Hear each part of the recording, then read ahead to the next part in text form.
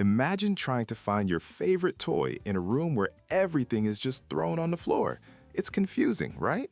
That's exactly what a school report looks like without organization. It becomes a messy pile of facts, and all your expert knowledge gets lost in the clutter. Your reader is left feeling lost. But there's a simple fix: sorting. The first step is to stop listing random facts. Instead, group them into categories.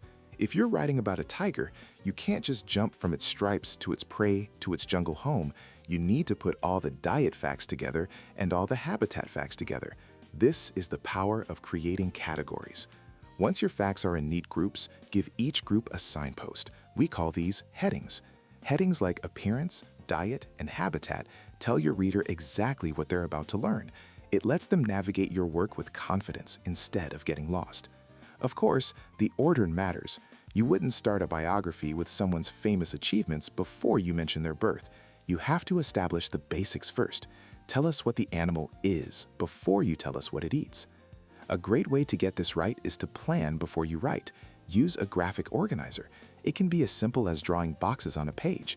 Label one box bones and another organs. Then sort your notes. Skull protects brain goes in the bones box. Heart pumps blood goes in the organs box. This simple sorting act makes the actual writing process so much faster. So, before you write, take a moment to be an organizer. Group your ideas, give them clear headings, and put them in a logical order. It's the difference between a messy room and a clear, powerful report that everyone will understand.